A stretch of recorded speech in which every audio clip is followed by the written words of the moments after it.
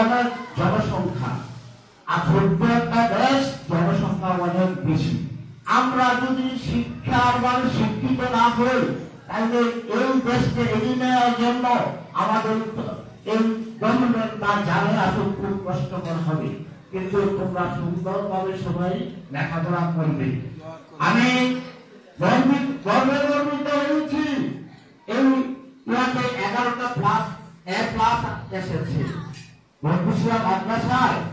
আমরা অনেক সময় দেখেছি অনেক ফেল করেছেন, কিন্তু এখন এই ক্লাসে 1 ক্লাস 5 করবেন এই বন্ধুরা মাদ্রাসায়।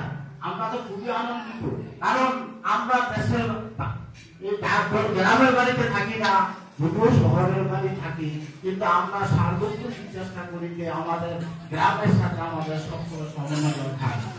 কিন্তু আজকাল যে উদ্যোক্তারা ওনার খেয়াল হচ্ছেন, আরো কিছু সংখ্যক যারা উদ্যোগ নিয়ে আমাদেরকে এখানে আক্রমণ করেছেন, আমি ব্যক্তিগতভাবে আমি একজন মানুষ, আমি বাংলাদেশ মানবাধিকার কাউন্সিলে আমি কর্মরত আছি, জাতীয় সম্মেলন রাখি, এবং বাংলাদেশ তত্ত্ব সংগ্রহ হিসাবে আছি। আমি টেকনাফ থেকে তেতুলে পর্যন্ত বলেছি, আমি ম্যাক্সিমাম জায়গায় অনেক রিপোর্ট করেছি। নারায়ণগঞ্জের 7 মারান আমি তদন্তায় ছিলাম। আমি নারায়ণগঞ্জের 7 ফলোয়ার সার্টিফিকেট দিয়ে তাদেরকে অ্যারেস্ট করেছি। কিন্তু আসলে আমাদের যে গ্রাম, আমাদের গ্রাম কিন্তু গর্বজনিত।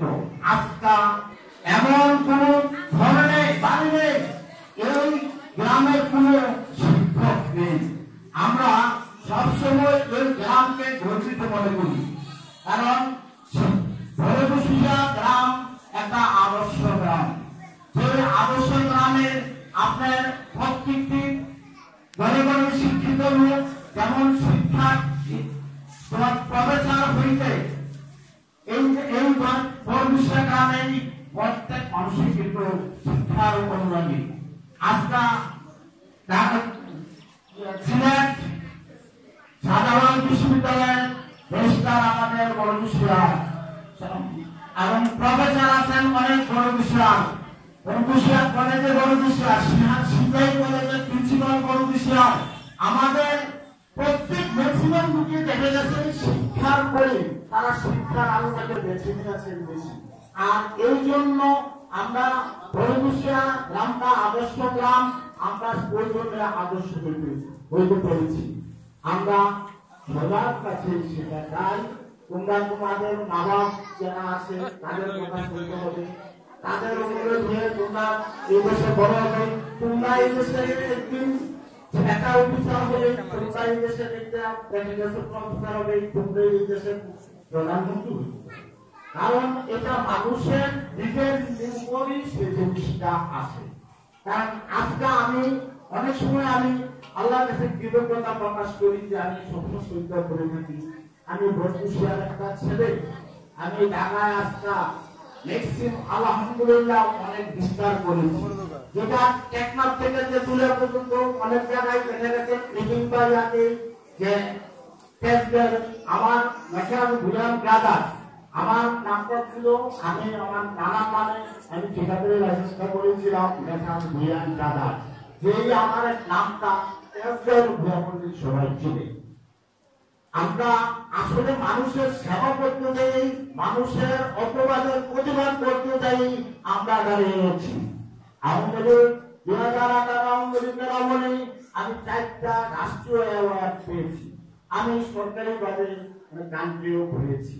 কিন্তু আলহামদুলিল্লাহ এটা তোমাদের একটা অবদান, তোমাদেরই গর্ব, তোমরা আমাদের জন্য দোয়া করছো, সেই জন্য আমরা আসলে ওই পর্যন্ত যেতে পেরেছি।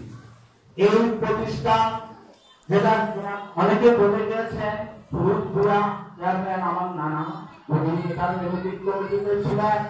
যারা আব্দুল জলিল ভুঁইয়া, উনি আমার বড় মামা এবং সে দীর্ঘদিন যাবৎ এই প্রতিষ্ঠানটা চালিয়ে গিয়েছিলেন এবং এই প্রতিষ্ঠানের অনেক উন্নয়ন রূপ দেখে গিয়েছিলেন আমার আরেক মামা দৌলতুজ্জামান ভুঁইয়া। উনিও কিন্তু এই প্রতিষ্ঠানের সভাপতি ছিলেন। কিন্তু ক্রমান্বয়ে তারপরে এসেছে জনাব সাহেব সভাপতি যারা আছেন তারা নবীন, তারা প্রেমিক, তাদের মনের সাথে অনেক কিছু আছে। আমরা চাচ্ছি তোমরা এই প্রতিষ্ঠানকে এমন ভাবে গড়ে ওঠাও যেমন রেজাল্টের মান ভালো। আমি মনে করি যারা আছেন তারা অনেক ভালো, নাইলে একেবারে সুন্দর রেজাল্ট হইত না। তা আমি তাদের প্রতি কৃতজ্ঞতা প্রকাশ করছি। কিন্তু ম্যানেজিং কমিটির কিছু দায়িত্ব যারা আছে আপনারা সবসময় সতর্কতা করতে হবে। এই প্রতিষ্ঠান কিভাবে রূপ নিতে হবে, যদি কোথায় কোনো সমস্যা হয় আমরা আপনার কাছে আছি, আমরা তাই দেখবো। আমরা আবার সহযোগিতা নেবো, তাকে না পারলেও আমরা সহযোগিতা নেবো। আমরা যেখানে দরকার আপনারা আমাদেরকে স্মরণ করেন, আমরা আপনাদের সাথে আছি। আমরা ইনশাল্লাহ আপনাদের পাশে সবসময় থাকবো। এগুলো আসলে আপনাকে বিরক্ত করতে চাই না। এগুলো আমার বক্তব্য শেষ করছি। আসসালামু আলাইকুম।